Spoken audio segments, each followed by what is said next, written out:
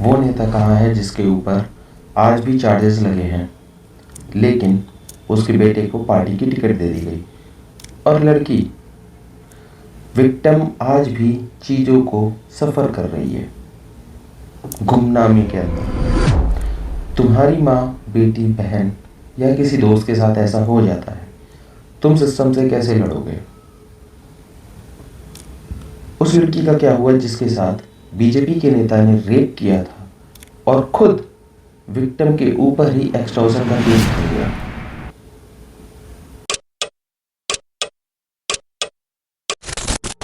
नमस्ते दोस्तों, आज मैं आपको एक ऐसी रियलिटी दिखाने वाला हूं जो शायद आपको पता भी हो, लेकिन आप उस पर खुलकर बात नहीं करते हैं।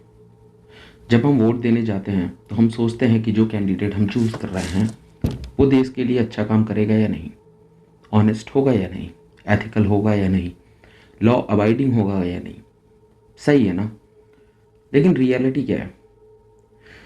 एसोसिएशन फॉर डेमोक्रेटिक रिफॉर्म्स, ये एक ऐसी ऑर्गेनाइजेशन है जो पॉलिटिशियंस का बैकग्राउंड चेक करती है। उनके अकॉर्डिंग इंडिया की करंट पार्लियामेंट में 306 एमपीज के ऊपर क्रिमिनल चार्जेस हैं। और ये कोई छोटे मोटे चार्जेस नहीं है, लाइक कोई रूल ना फॉलो करना या फिर किसी का कोई काम ना करने देना। ओके, ये बहुत बड़े चार्जेस हैं, like sexual harassment, rape, kidnapping, डकैती, गुंडागर्दी। आज इस वीडियो में, जो इस सीरीज का पार्ट 1 है, मैं आपको 3 बीजेपी लीडर्स के बारे में बताने जा रहा हूँ। इनके क्राइम्स इतने डार्क हैं कि आप सोचोगे ये सब रियल भी है या नहीं। मैं हर लीडर के बारे में स्टेप बाय स्टेप बताऊंगा। उन्होंने क्या क्राइम किया, कैसे ये पॉलिटिक्स में और पावरफुल बने, सिस्टम ने एक्शन क्या लिया, और हाँ, आज वो कहाँ हैं। अगर आप रेडी हैं ये सब सच सुनने के लिए तो इस वीडियो को अंत तक देखिएगा। और हाँ, अगर इन्फॉर्मेशन आपको इम्पॉर्टेंट लगे तो प्लीज़ शेयर करना ताकि ज़्यादा से ज़्यादा लोगों तक ये पहुंच सके। अंत में मैं आपसे कुछ सवाल भी पूछूंगा जिनके जवाब मुझे सिर्फ आपसे चाहिए। अगर आपके पास जवाब नहीं है तो शायद ये मौका है एक सवाल उठाने का। तो शुरू करते हैं। पहला नाम, कुलदीप सिंह सेंगर। कौन है ये इंसान? नाम सुना लग रहा है आपको? अगर आपने 2017 से 2019 के बीच की न्यूज़ चैनल देखी होगी तो आपको उन्नाव रेप केस जरूर याद होगा। ये इंडिया का सबसे शॉकिंग क्रिमिनल केस में से एक था और इस केस का अक्यूज्ड था कुलदीप सिंह सेंगर, जो उस वक्त बीजेपी के एमएलए थे, उत्तर प्रदेश से, बंगरमऊ असेंबली एसोसिएशन से। पहले समझते हैं कि ये इंसान था कौन। ये सिर्फ एमएलए नहीं था, ये बहुत ज़्यादा पावरफुल था, बहुत ज़्यादा, इतना ज़्यादा कि लोकल एरिया में इनकी बहुत दबदबा मचा हुआ था, बहुत इन्फ्लुएंस था, लोग इनसे लिटरली डरते थे। अब मैं आपको डिटेल्स में बताता हूं कि उन्होंने क्या किया और कैसे पकड़े गए। तो साल है 2017, जून का महीना, उन्नाव जिला, उत्तर प्रदेश। एक 17 साल की लड़की जो कि माइनर थी, उसके साथ कुलदीप सिंह सेंगर ने जून 2017 में रेप किया। लेकिन भाई, ये सिर्फ इतना ही नहीं है। देखो, जब पावरफुल लोग क्राइम करते हैं ना, तो वो ये सोचते हैं कि उनका कुछ नहीं बिगाड़ सकता है कोई भी। एग्जैक्टली यही उन्होंने भी सोचा।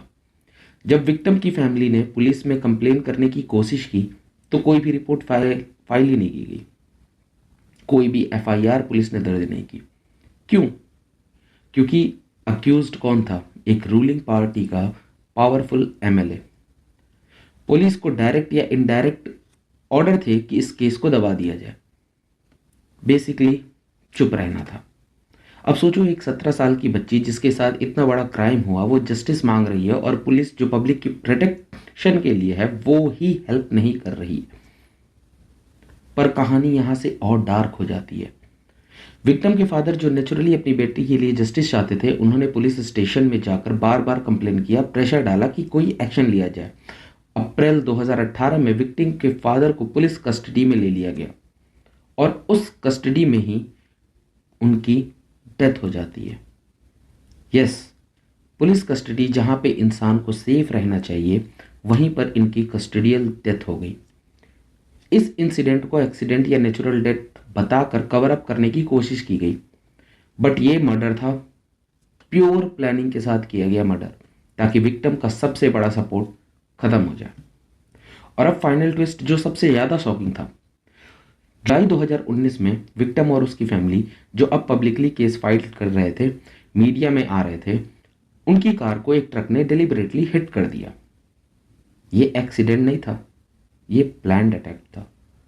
विक्टिम क्रिटिकली इंजर्ड हो गई और उसकी 2 आंटियां जो कार में थी, उनकी उस एक्सीडेंट में डेथ हो गई। सीबीआई इन्वेस्टिगेशन में यह साबित हुआ कि एक्सीडेंट नहीं था, यह सेंगर के ऑर्डर्स पर किया गया अटैक था, ताकि विक्टिम और उसकी फैमिली परमानेंटली साइलेंस हो जाए। तो आखिर जब ये सारी चीजें हुई तो सिस्टम का इनिशियल रिस्पॉन्स क्या था? सोचने वाली बात है, राइट? विक्टिम ने 2017 में कंप्लेन की, कोई एफआईआर नहीं हुई।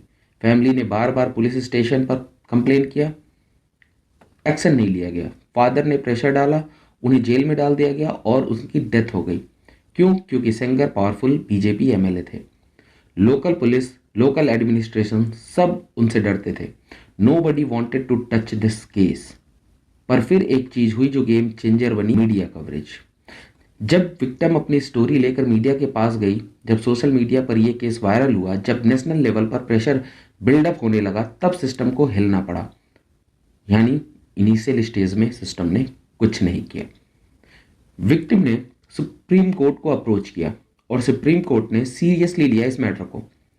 अप्रैल 2019 सीबीआई ने सेंगर को अरेस्ट किया और पूरी तरीके से उन्हें जेल हुई।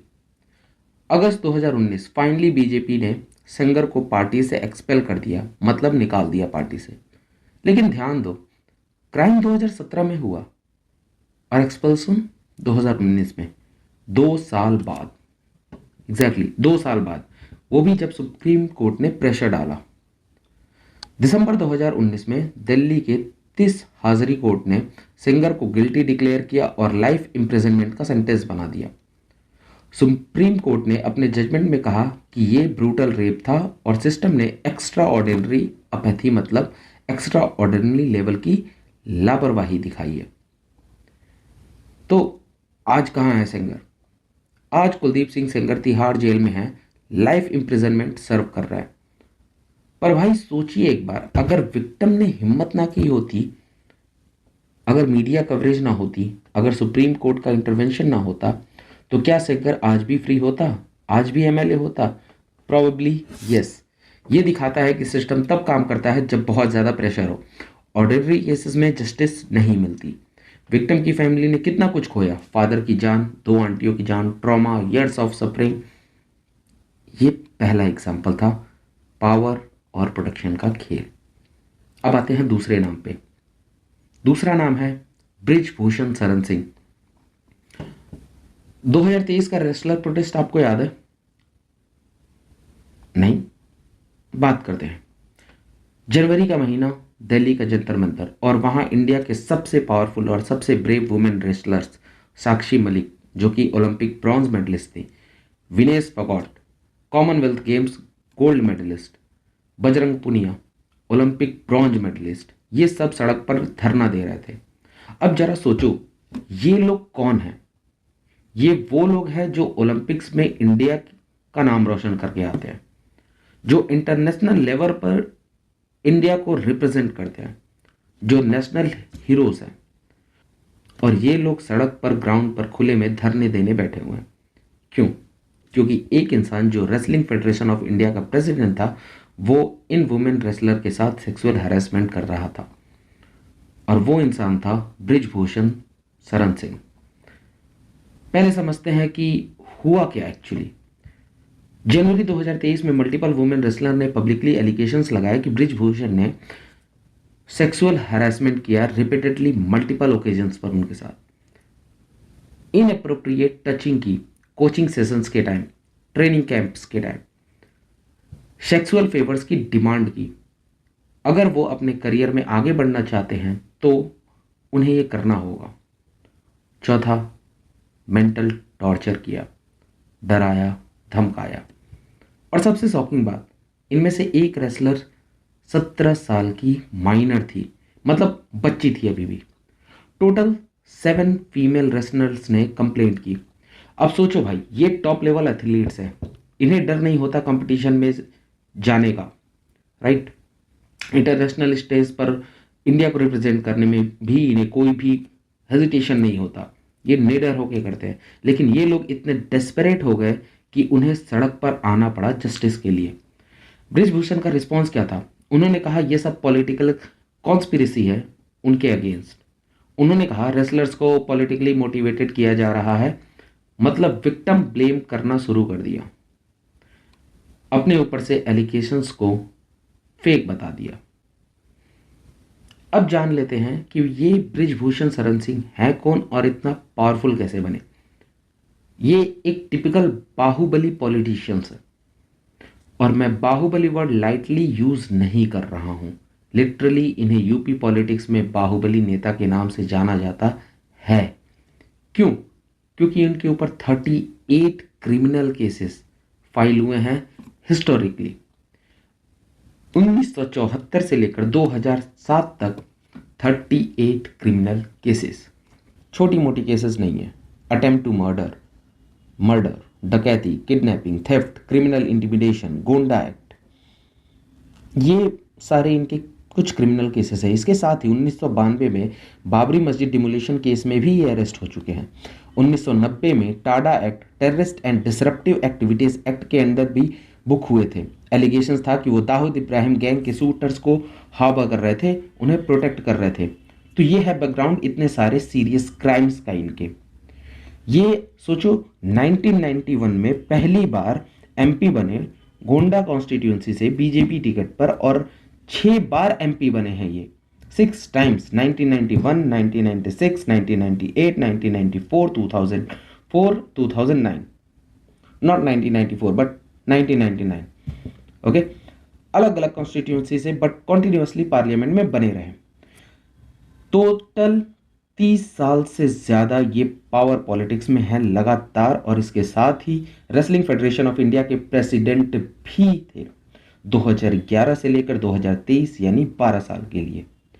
सोचो, इतने क्रिमिनल रिकॉर्ड्स के बाद भी कंटिन्यूसली इलेक्शन जीत रहे हैं, पावरफुल पोजीशन पे हैं, और अब स्पोर्ट्स फेडरेशन भी कंट्रोल कर रहे हैं, और वही पोजीशन यूज करके उन्होंने यंग वुमेन एथलीट्स को हैरेस किया। सिस्टम का रिस्पॉन्स क्या था जब वो चर्चा में आए?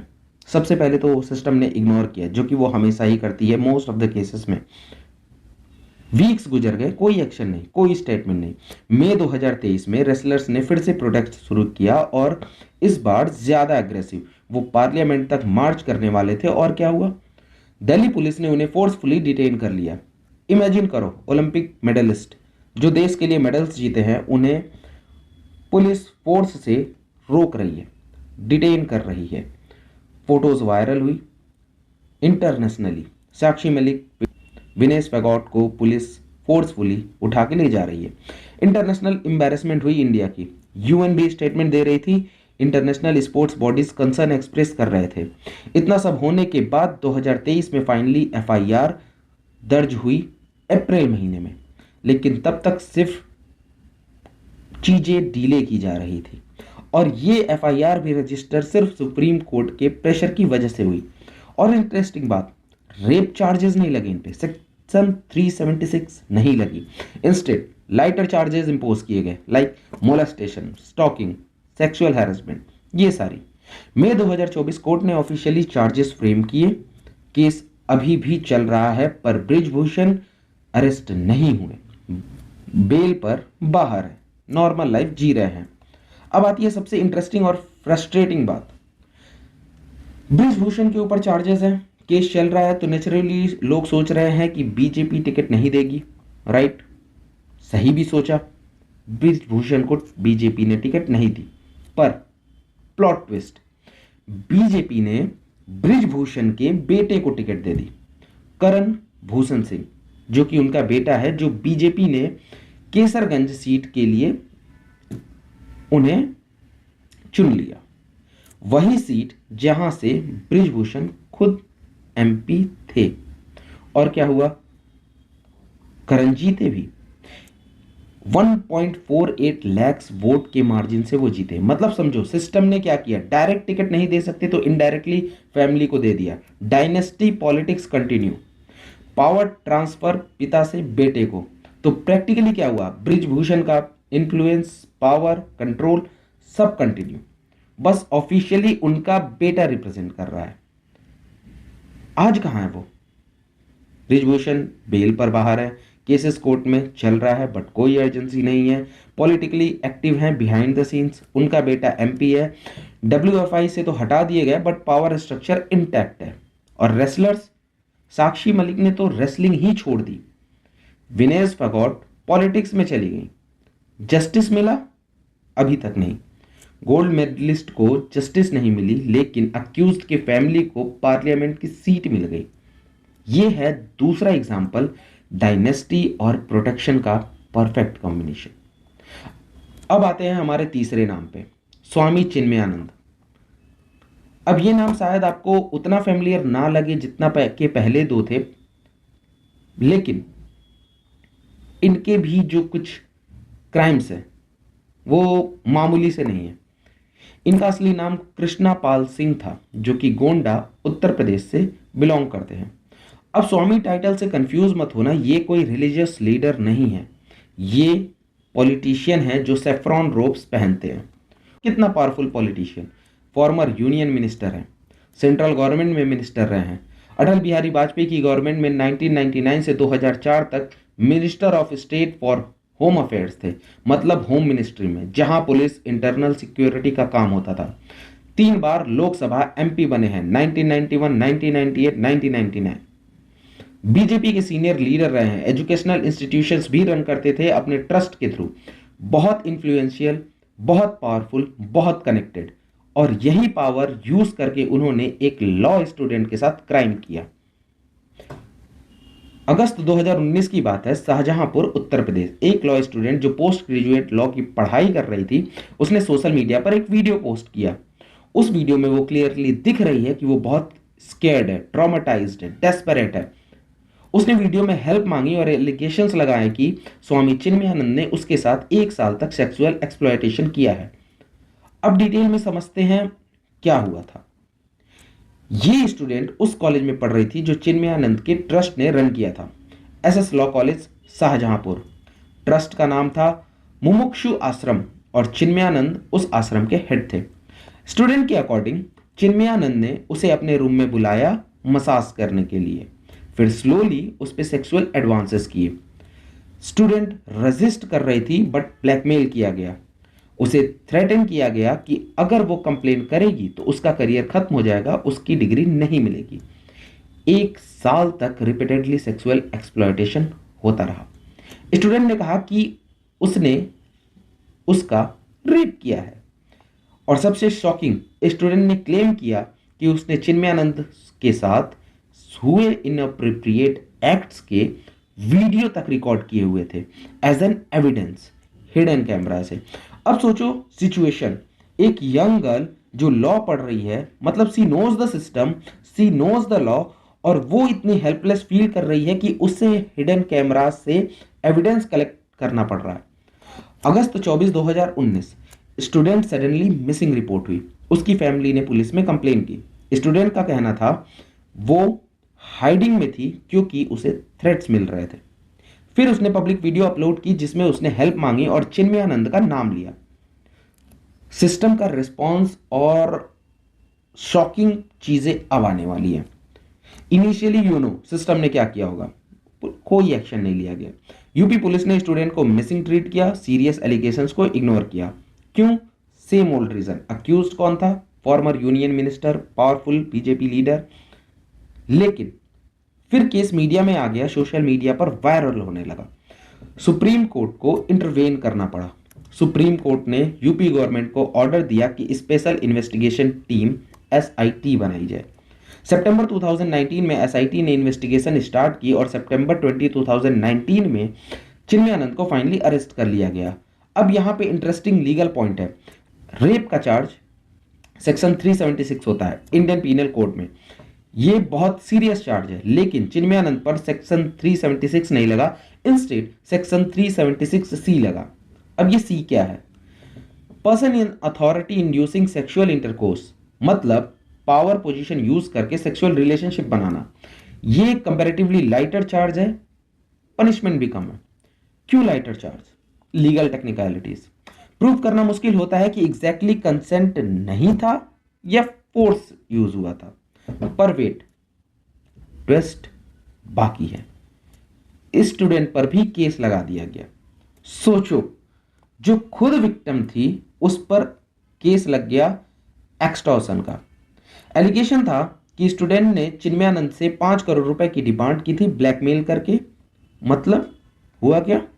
विक्टिम खुद क्रिमिनल बना दिया गया। फरवरी 2020 चिन्मयानंद को बेल मिल गई, कुछ ही महीनों में बाहर। केस कोर्ट में चलता रहा स्लोली एंड वेरी स्लोली।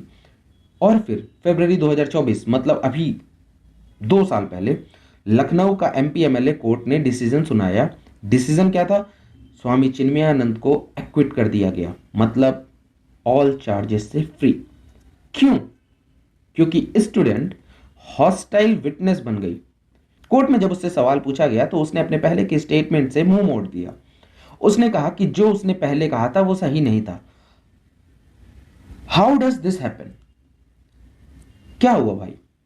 कैसे एक विक्टिम जो पब्लिकली एलिगेशंस लगाती है, वीडियो बनाती है, एविडेंस कलेक्ट करती है, अचानक कोर्ट में सब डिनाई कर देती है? ऑप्शंस क्या क्या हो सकते हैं? प्रेशर, फैमिली पर प्रेशर, खुद पर प्रेशर, थ्रेट्स, डायरेक्टली या इनडायरेक्टली धमकाया गया हो, सेटलमेंट्स, पैसे लेकर केस विड्रॉ करना, इंटिमिडेशन, लीगल कॉम्प्लिकेशंस का डर। हम कंफर्म नहीं कर सकते कि एग्जैक्टली हुआ, बट पैटर्न क्लियर है। ये पहली बार नहीं ऐसा हुआ। रिजल्ट्स, चिन्मयानंद कंप्लीटली फ्री हैं, एक्विटेड है, क्लियर चिट। स्टूडेंट, पता नहीं उसका क्या हुआ, उस पर एक्सटॉर्शन केस भी लगा था। आज चिन्मयानंद अपने आश्रम में है, पॉलिटिकली एक्टिव है, नॉर्मल लाइफ जी रहे हैं। ये है जस्टिस सिस्टम की रियलिटी। जब पावरफुल लोग इन्वॉल्व होते हैं, विक्टिम्स को ही क्रिमिनल बना दो। अब बात करते हैं हम कुछ कंक्लूजन्स पे और कुछ क्वेश्चंस पे। ये सिर्फ 3 एग्जांपल्स थे, पर रियलिटी ये है कि 306 एमपीस पर क्रिमिनल केसेस हैं करेंटली। अगर मैं हर क्रिमिनल एमपी का डिटेल बताऊंगा तो सिर्फ बीजेपी के पॉलिटिशियन पर ही 10-15 वीडियोस बन जाएंगी, और फिर कांग्रेस, फिर रीजनल पार्टीज। सबसे बड़ी बात क्या है इन तीनों केसेस में common? Power, delayed justice, victim suffering, political protection, and system fails until public pressure.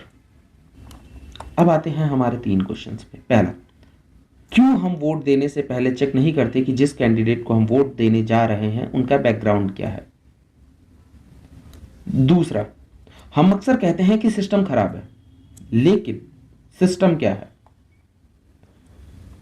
तीसरा, जब जनता के पास यह अधिकार है किसी को वोट देकर चुनने का, तो क्यों उनके पास अधिकार नहीं है कि उन्हें हटाया जा सके या फिर कोई एक बोल्ड एक्शंस लिया जा सके? आप क्या सोचते हैं इन 3 क्वेश्चंस के बारे में? I would like to know your answer in comment section.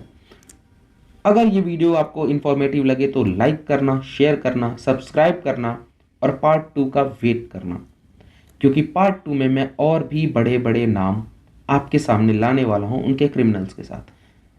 मेरा मोटो सिर्फ एक है, आपको दिखाना कि कैसे पावरफुल लोग सिस्टम को कंट्रोल करते हैं और कैसे रूल्स सिर्फ मिडिल क्लास और आम लोगों के लिए होते हैं, पावरफुल लोगों के लिए नहीं। उनकी सच्चाई आपके सामने लाना। This is it.